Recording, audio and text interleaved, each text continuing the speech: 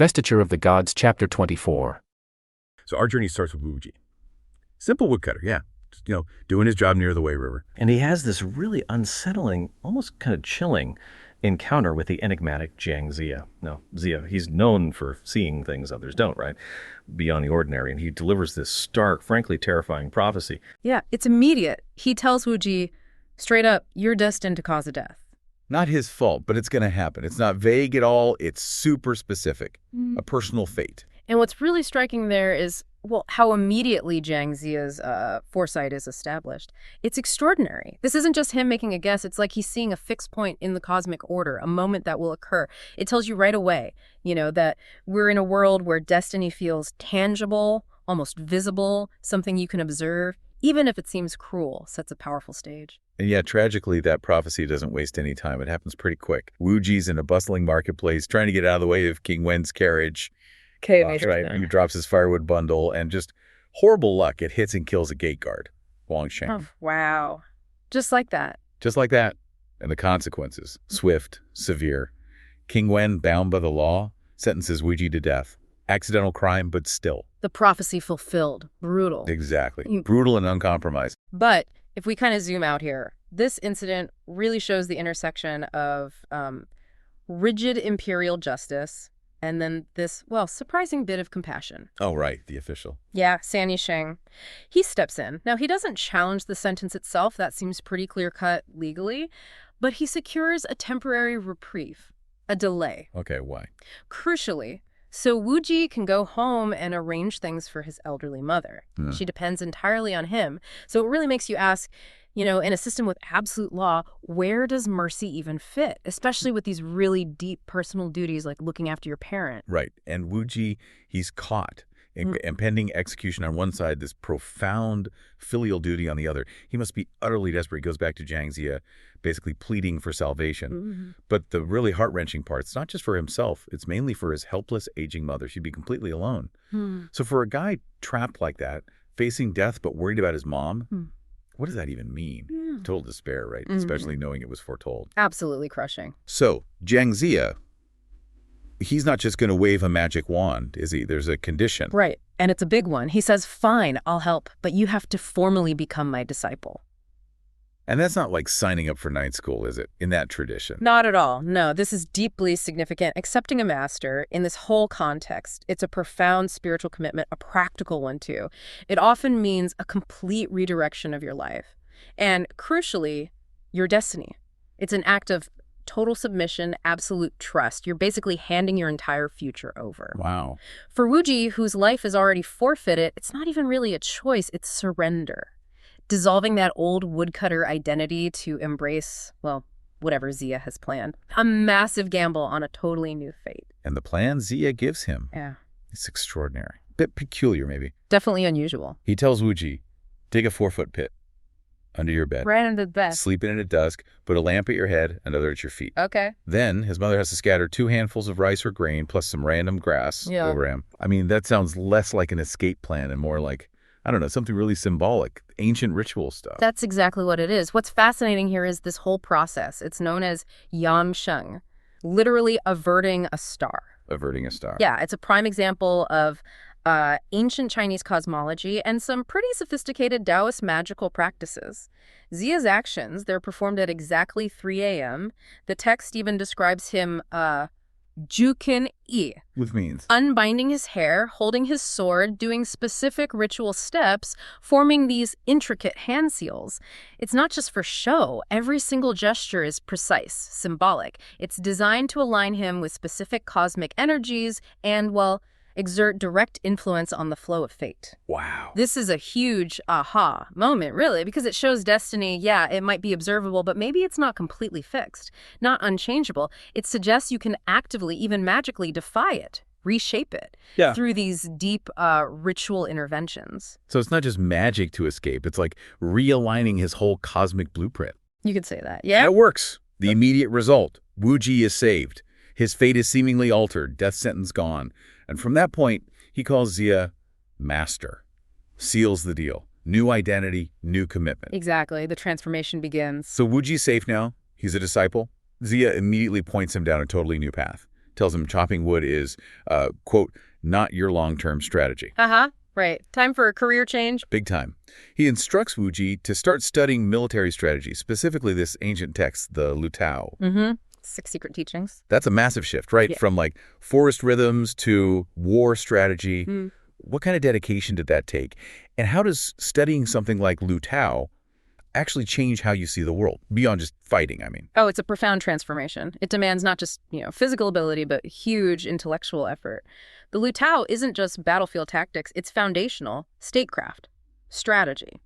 It shaped Chinese military thinking for centuries. So Wu Ji, who was rooted in simple nature, now has to grasp power dynamics, ambition, war psychology. That's a lot to take in. Absolutely. Imagine the mental discipline.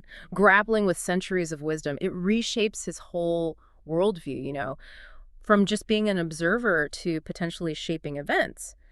Ziya isn't just saving a life here, he's forging a hero, giving him the tools for the chaotic times ahead. And Ziya gives him the why, too. Paints this grim picture of King Xiu's rule. The world's on the brink. Yeah, he doesn't hold back. He says King Xiu is without a path. And East Marcio, the world's in rebellion, 400 feudal lords. 400, that's huge. He gives specifics, too. East Marquis Jiang Wenwen, 400,000 troops attacking Yuhuan Pass. South Marquis Xishan, 300,000 against Anshan Pass. Wow, massive armies. And he foresees swords and soldiers rising right there in Siki. So he's framing Wu Ji's personal journey within this epic historical upheaval. Precisely. That detailed prophecy is a crucial backdrop. Ziya's not just teaching theory, he's prepping Wu Ji for a very real, very imminent conflict.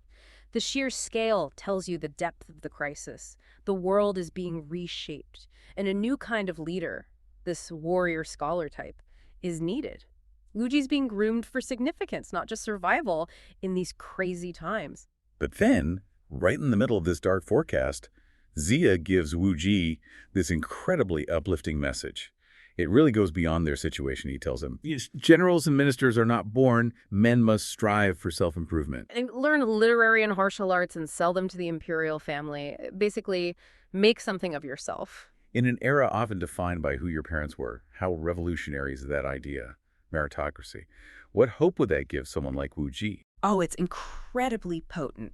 Hugely inspiring. I mean, merit wasn't totally unknown. But Ziya, stating it so clearly, generals aren't born, men must strive, especially when the dynasty's crumbling. That's powerful. It's like a rallying cry for a new order. Talent, not just bloodline, will lead. It basically says anyone, even a woodcutter, can rise to the top through effort. That's fundamental for building new heroes, new empires, especially in turbulent times. It tells Wu Ji, your past isn't your future. Your effort is. And Wu Ji clearly gets it. The text says he's dedicated, studies martial arts, studies the Lu Tao diligently under his master. Yeah, he puts the work in. It's not just learning, is it? It's forging a new identity. From simple woodcutter to this budding warrior scholar, getting ready for something big. Definitely. A complete transformation. Okay, now, let's jump forward. About 6 months later, Wu Ji's deep in his studies, transforming. But back in the capital, the past hasn't quite gone away. Ah, right. The execution he missed. Exactly. San Yisheng, the official who got him the reprieve, suddenly remembers Wu Ji never came back. Yeah. So he goes to King Wen, expresses his concerns, and this is where we get this really fascinating contrast and foresight. Yeah. Different kinds of wisdom, maybe. Yes. This brings us back to King Wen. He's famous for his skill in On Tianshu, innate calculation. Innate calculation. Yeah, and he uses Enqian divination coins. It's not just simple fortune telling. Onchi is complex. Cosmic numerology, discerning patterns, probabilities, a powerful, almost scientific way of understanding the universe's flow. Okay, so different from Ziya's magic. Very different. Ziya's is direct intervention. King Wen's is more about reading the existing patterns. It makes you wonder, why would one oracle's vision, even King Wen's, be so different from what actually happened, what we know happened? So King Wen does his divination thing, expects to find out where Wu Ji is, and his reading. It's definitive, but totally wrong and kind of tragic from his perspective. He concludes, Wu Ji, terrified of punishment, threw himself into a 10,000 fathom deep abyss. Oof, he thinks Wu Ji killed himself. Yeah, and King Wen feels really bad about it. Expresses pity, thinks the death was unnecessary since the crime was accidental. But we know better. We know the truth. So what does this dramatic irony tell us? about fate, about wisdom, about maybe the limits of even really advanced foresight. Well, the dramatic irony here is incredibly powerful, isn't it? You, the listener, you know Wuji's alive, training for greatness. But King Wen, this powerful ruler, renowned diviner, is completely mistaken. It beautifully shows the limits of human foresight, even extraordinary foresight. Maybe King Wen's O10 is brilliant at reading patterns within a certain framework, a predictable universe. Okay. But Jiang Ziya, he seems to operate on another level, maybe divine intervention, maybe just directly manipulating fate in a way that breaks those predictable patterns. It's not that King Wen's skill is wrong in its own sphere, perhaps, but it just can't see or account for forces outside that sphere. Makes you think, right, are there always hidden variables, our best tools, our deepest insights just miss? Fascinating point. Okay, scene shifts again. More peaceful this time. About 6 months after King Wen's mistaken divination, King Wen and his court are out enjoying spring. Ay, junkanta kui, seeking green, treading emeralds. Sounds lovely. Yeah, nice imagery. Out in the southern suburbs, the poem in the source really paints a picture. Peach red like fire, willows soft as gold, birds singing, people working, shepherds, farmers, tea pickers, everyone just enjoying the rich spring. A moment of peace. And the poem adds that reminder, "He'll track an inch of time as an inch of gold. Don't waste spring's beauty." It's a lovely contrast to the chaos Ziya described, isn't it? Highlights the value of peace, even with rebellion brewing. And that proverb, it's not just about beauty, but about using time wisely. Even leisure can have purpose when big changes are coming. And right then, in that reflective mood, San Yisheng, always the clever advisor, skillfully brings up an older prophecy. Ah, yes. The one linked to building the Lingtai, the spirit terrace. That's the one. Yeah. And King Wen's dream about a flying bear. Right. Which foretold the arrival of a Geiti, Dongdian Jikai, a pillar of talent for Shiki. This isn't just small talk, is it? He's connecting leisure to destiny, reminding the king of his bigger purpose. Exactly, a masterful move. Because that flying bear prophecy, it's a huge foreshadowing of Jiang Ziya himself. The very sage training Wuji right now. Oh, wow, okay. San Yisheng's genius is using this calm moment to subtly shift King Wen's focus. Not just enjoying spring, but actively seeking the wisdom and talent Shiki needs. He's reminding the king, even in peace, prepare, especially when cosmic signs point the way. And King Wen jumps right on it, enthusiastic. He sees the outing now as more than just fun. It's a chance to visit reclusive sages out in the mountains and marshes.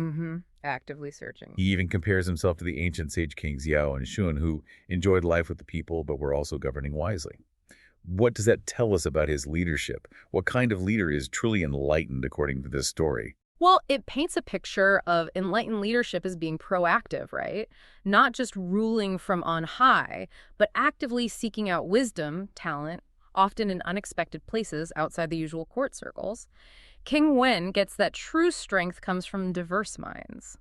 Comparing himself to Yao and Shun shows his commitment both to his people's well-being and to strategically finding talent for the future.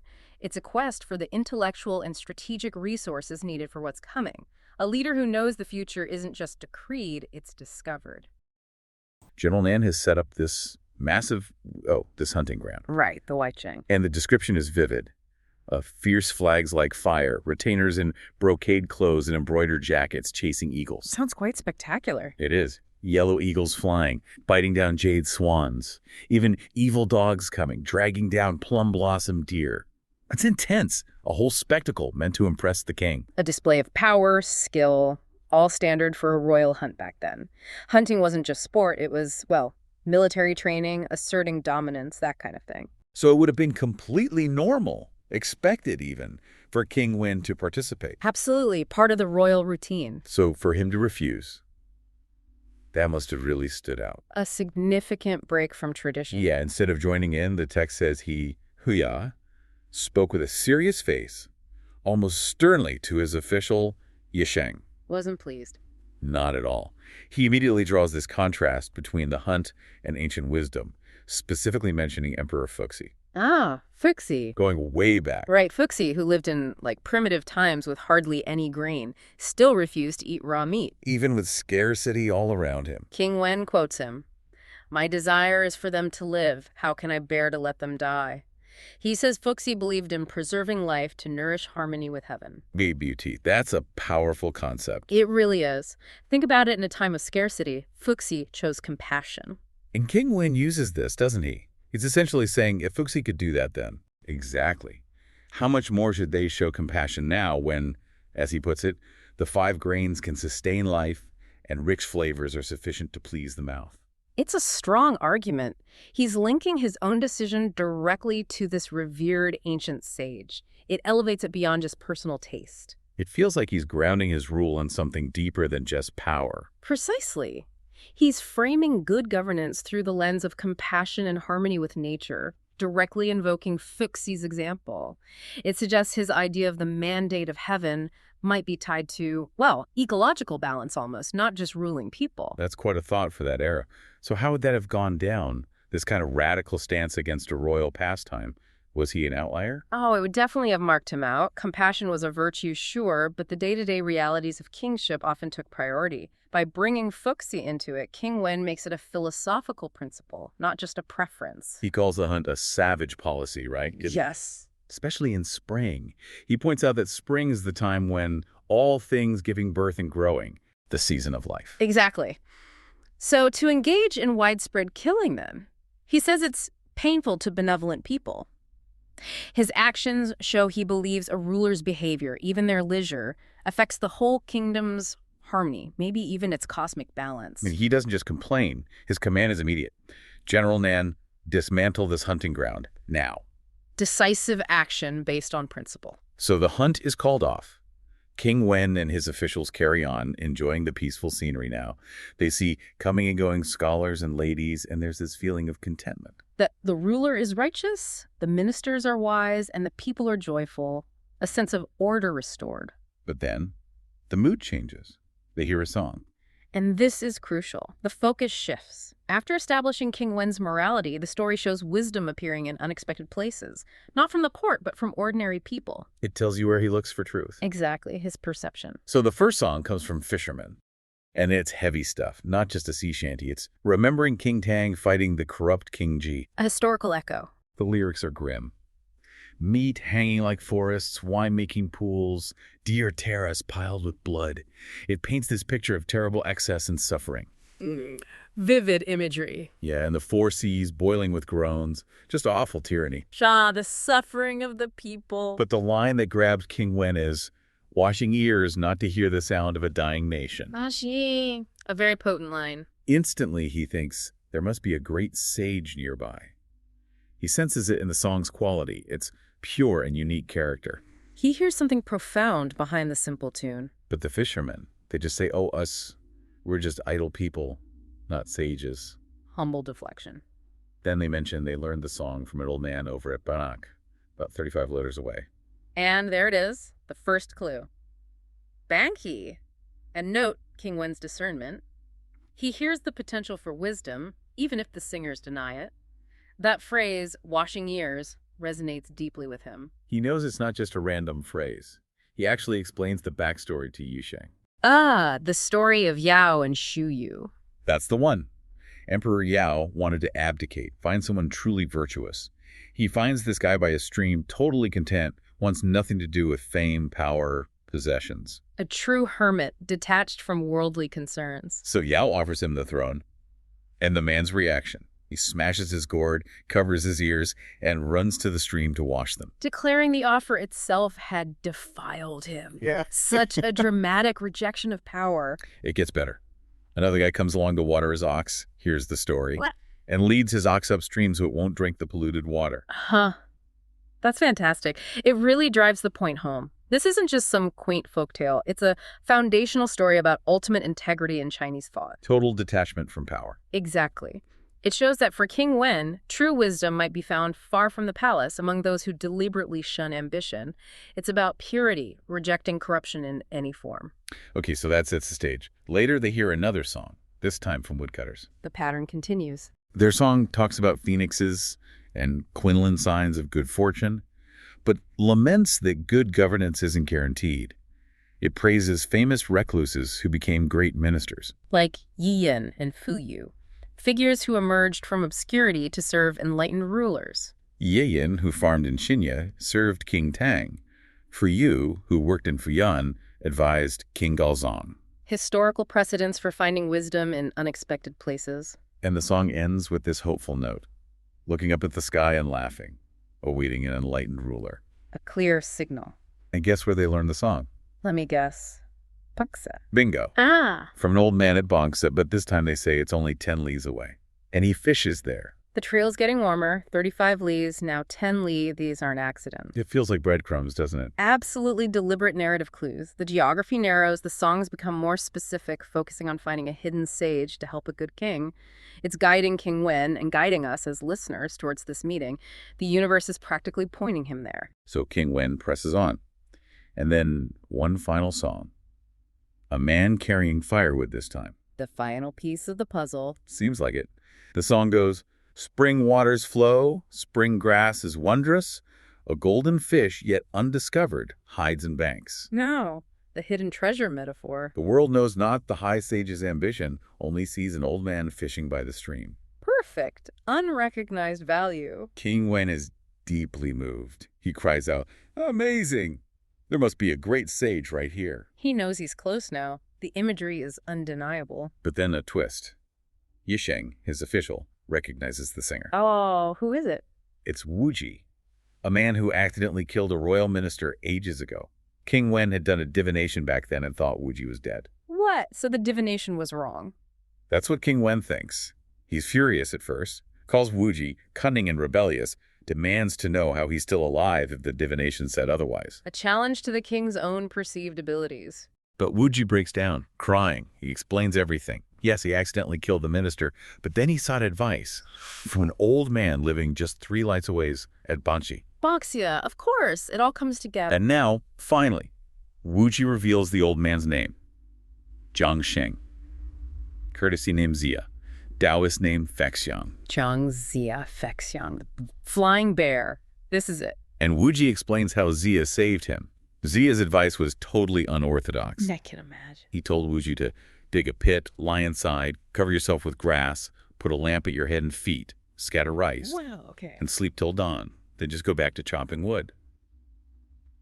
It was this incredibly clever way to fake his death and avoid the punishment predicted by the divination. Ingenious. A trickster sage. It preserved Wuji's life while seemingly fulfilling the prophecy of his demise. That is remarkable thinking. And then Jichang has the big aha moment. He connects the dots. The name Fengxiang. Exactly. The Taoist name, Fengxiang, meaning flying bear. Jichang reminds King Wen of the famous prophecy. Just as King Gaozong of Shang dreamed of a flying bear and found his wise minister, Fu Yu. Today, you, King Wen, have met Fengxiang, which points directly to Ziya. It's the proof. Jiang Ziya is the destined sage. Destiny revealed. It's a fantastic narrative weave. The songs weren't just background noise. They were divinely inspired clues. Wuji wasn't just some random encounter. He was the key. And the prophecy provides the ultimate confirmation. It really shows how destiny and sort of active searching work together. Absolutely.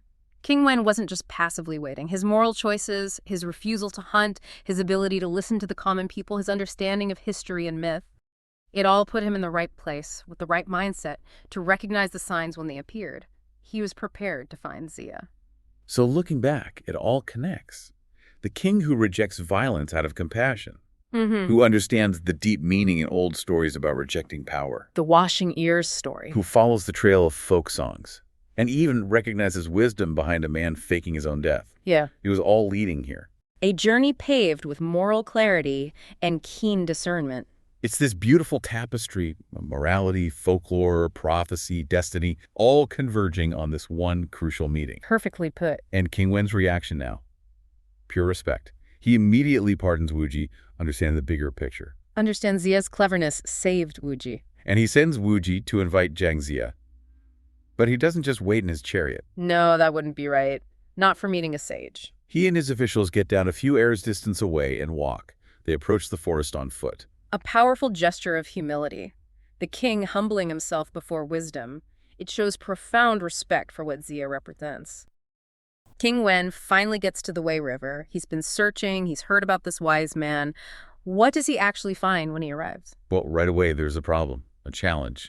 He'd sent his servant, Wuji, ahead, remember? Right. Wuji went into the forest, looked around, couldn't find the master. So when King Wen shows up and asks, is the troll the worthy scholar here? Wuji just says, basically, he was just here, now he's gone. Ooh, just missed it. Exactly. It sets this immediate tone, like, this guy is elusive. Maybe deliberately so. So the king's standing there looking at an empty spot by the river. That takes some patience. I mean, a lot of leaders might just... Move on? Yeah. Probably. But King Wen doesn't. He asks, okay, does the scholar have, like, another place, a home? And he does. He does. Ouija leads the king to this thatched hut nearby. Yeah. King Wen approaches very respectfully, doesn't want to barge in. Very careful. Yeah.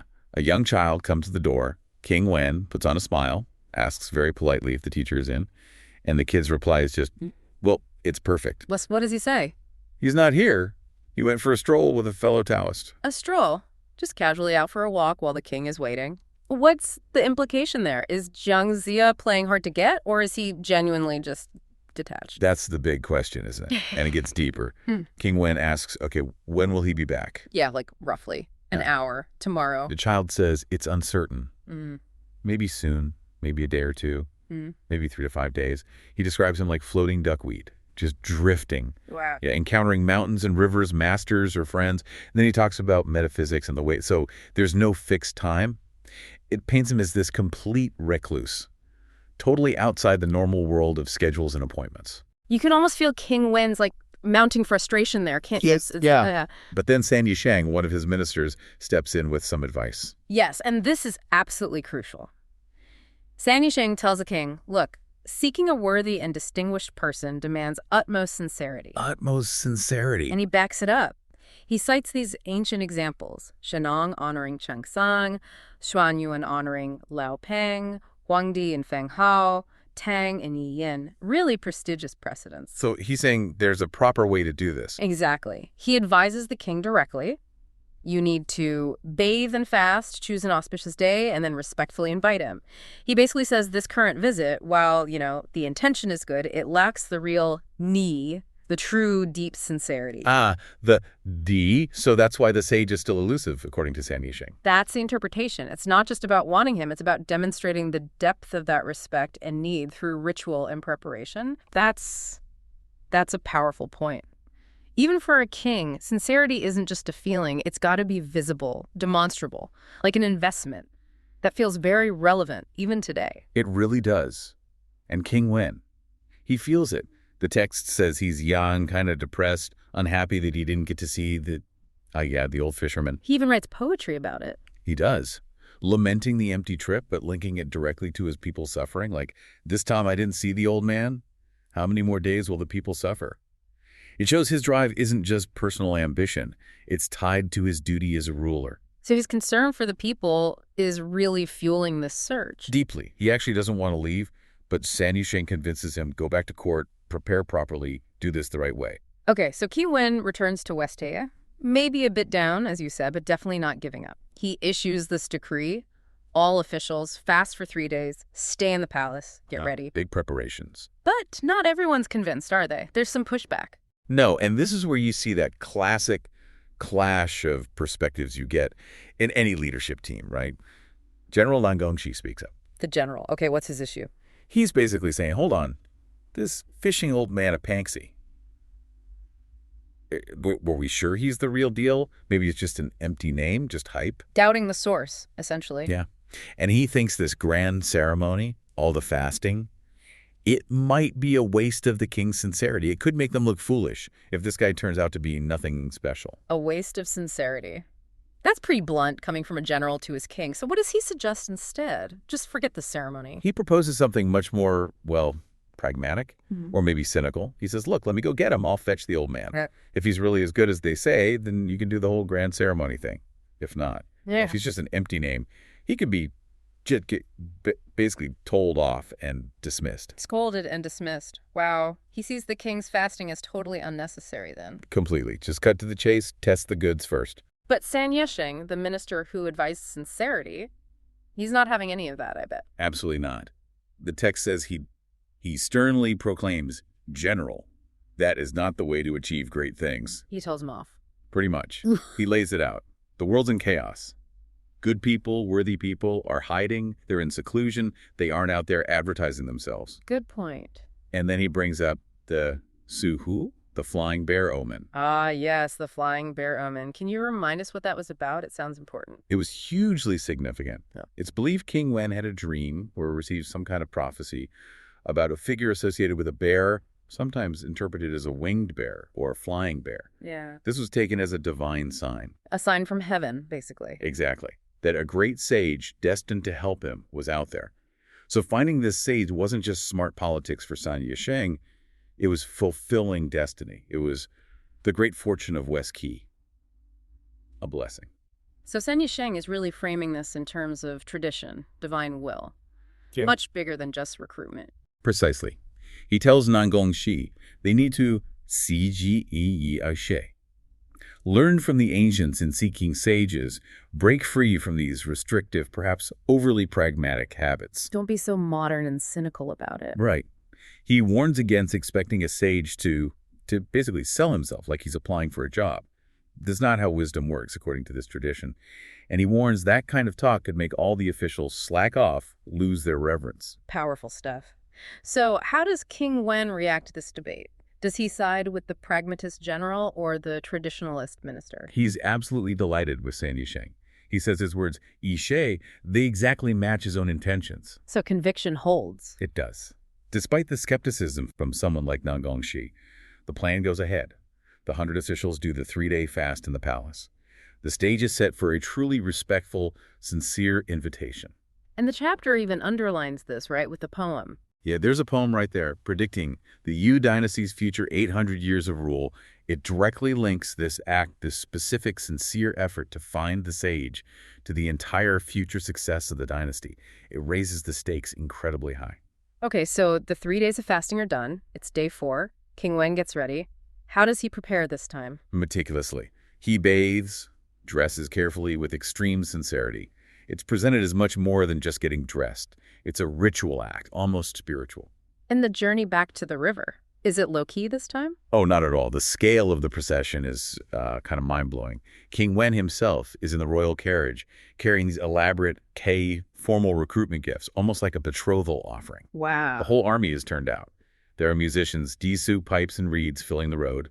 The atmosphere is described as festive, almost divine yuwen, like cranes crying and phoenixes singing, drums thunder. That sounds, like a full-blown parade, not just a delegation. It absolutely is. The text says it's Sinshudi. It startles everyone. People come out, bring the old folks, leading the kids, just to watch this totally unprecedented event. The king gonna welcome a hermit sage. It must have been an incredible sight. Yeah, the description's full of detail. Colorful banners, weapons gleaming, civil officials in their robes, military officers in armor. All the big names are there.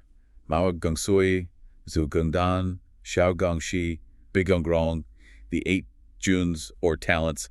The whole court is basically involved. A massive display of respect and seriousness. What about Wu Ji, the servant who first led the king there? Ah, good point. King Wen doesn't forget him. Recognizing his initial service, even though he couldn't find Jiang Ziya the first time, the king appoints him general of martial virtue right there on the spot. Nice touch. Shows the king values loyalty and effort. Exactly. It shows he's paying attention even amidst all this grandeur. So they travel the 35 nights, about 17, 18 kilometers, and get back to the forest near the stream. Does King Wen maintain his humility now, arriving with this huge entourage? He absolutely does. It's quite striking. He orders his soldiers, Meaning? basically, camp outside the forest for now. Keep quiet, don't make a racket. We don't want to startle the worthy scholar. Even with the whole army there, he's worried about disturbing one man. Yes. And then he gets out of his carriage and walks into the forest, just with San Yisheng. That contrast, the huge procession waiting outside, the king walking humbly into the woods, is really powerful. And there he is, Jiang Ziya. There he is, sitting by the stream again. His back is to the king. Okay, what happens now? Does Jiang Ziya just ignore him? Not quite. The text says Jiang Ziya knows the king has arrived, and he intentionally starts singing a song. Singing, like just bursts into song. Yeah, and the lyrics are very pointed. Something like, 5 phoenixes cry, a true lord appears. I cast my line, knowing few recognize me. Whoa. So he's acknowledging the king's arrival, but also asserting his own unique wisdom. Testing him, maybe? It feels like a bit of both, doesn't it? Yeah. A subtle test, an acknowledgement, maybe setting the terms of the encounter. How does King Wen handle that? After all the fasting, the parade, does he get impatient now? Like, okay, enough with the songs. Not at all. He keeps his composure, his respect. He just asks, Yan, which means, are you happy, worthy scholar? A simple, respectful question. And Jiang Ziya. He turns around, sees the king, and immediately drops his fishing rod, prostrates himself on the ground, apologizes for not greeting him properly. Okay, so he shows deference, too. Yes, but then King Wen instantly helps him up and bows himself, saying how much he admires him, and explicitly acknowledges his own lack of sincerity on the first visit. Wow, so the king apologizes to the hermit. It's this incredible moment of mutual humility. Really striking. Mm. But then Jiang Ziya immediately downplays himself again, calls himself like, I'm just an old, worn-out, untalented guy, not fit to advise you. Oh, come on. Another layer of humility, or maybe false modesty. It feels like he's still testing King Wen's resolve, making sure the king really wants him. It certainly seems that way. He's not making it easy. But San Yisheng steps in again here. Okay, San Yisheng's turn. What does he do?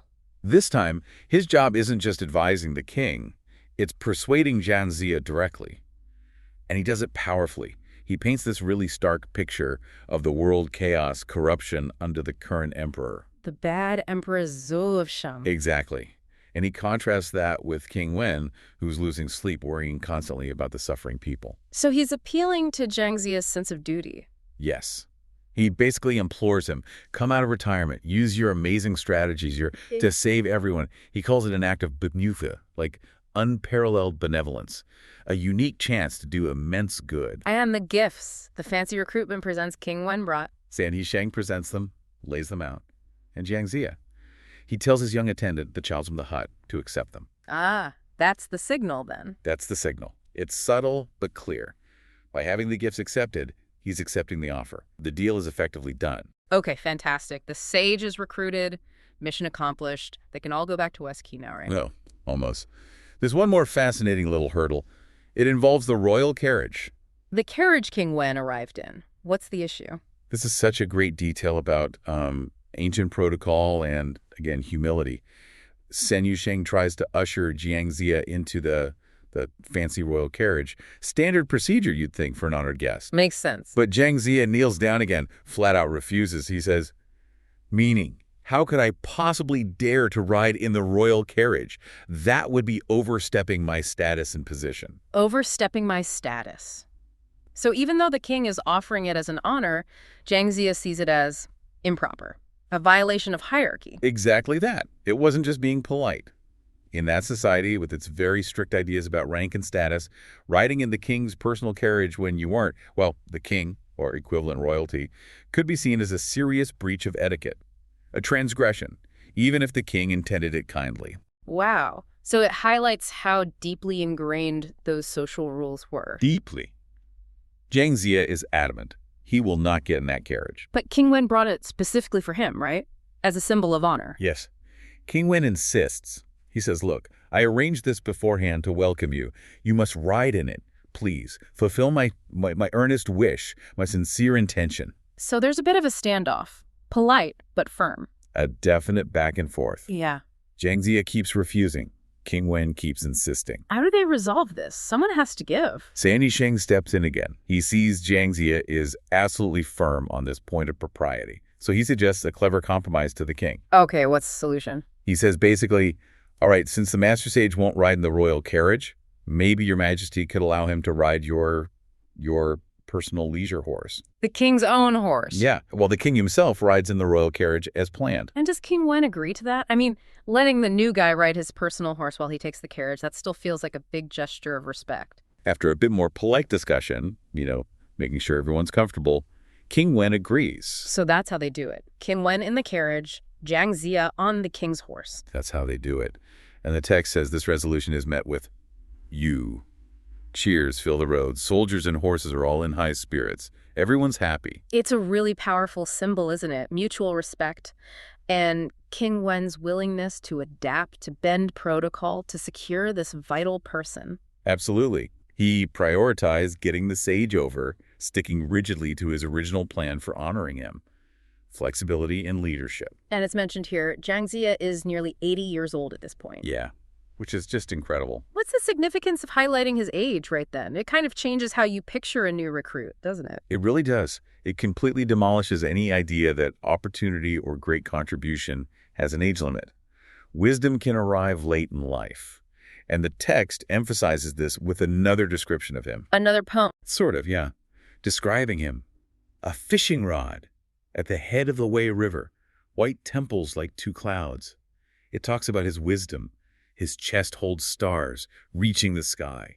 His spirit exhales rainbows, sweeping away the cold sun. Wow, that's quite an image for an 80-year-old. It's powerful. Deep inner wisdom, immense capability despite his age. And significantly, this description immediately links his recruitment to the future of the dynasty. The Shuba, the 800 years of peace and stability the Zhou dynasty is destined to have. So his arrival is literally the key to that future. That's exactly how the narrative frames it.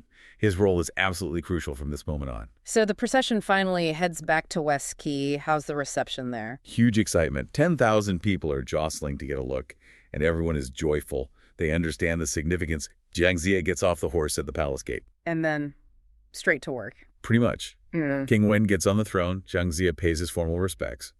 And King Wen doesn't hesitate. He immediately appoints him treasurer. Right. Prime Minister of Lingtai. Right, Prime Minister, that's a top job, right? An incredibly high-ranking, powerful position. No messing around, no probation period. He's immediately integrated at the very top level of government. So the king's sincerity is matched by immediate trust and empowerment. Exactly. And what's the immediate impact? Does Jiang Ziya, live up to the hype after all that? Oh, absolutely. The text is clear. Wu Yu, meaning at that time, the ruler had his assistant. The dragon had his tiger to rely on. A perfect partnership. And Jiang Ziya gets straight to it. How so? He immediately shows his skill. Wu. He had methods for governing, laws for bringing peace to the people. Everything became orderly, systematic. They even built him an official prime minister's residence in West Qi right away. So instant positive transformation. Things started running better immediately. That's the picture painted. An immediate and beneficial impact on the administration and the state of West Qi. And presumably this news didn't just stay within West Qiy's borders, right? This would be major political news. Definitely not. The text specifically mentions that EU reports quickly reached the 5 passes, these strategic border crossings. Ah, so the neighbors and potentially enemies heard about it quickly. Yes. Han Rong, the general commanding Sishui Pass, sends a formal report, a memorial, straight to the Shang court in Zhaoge.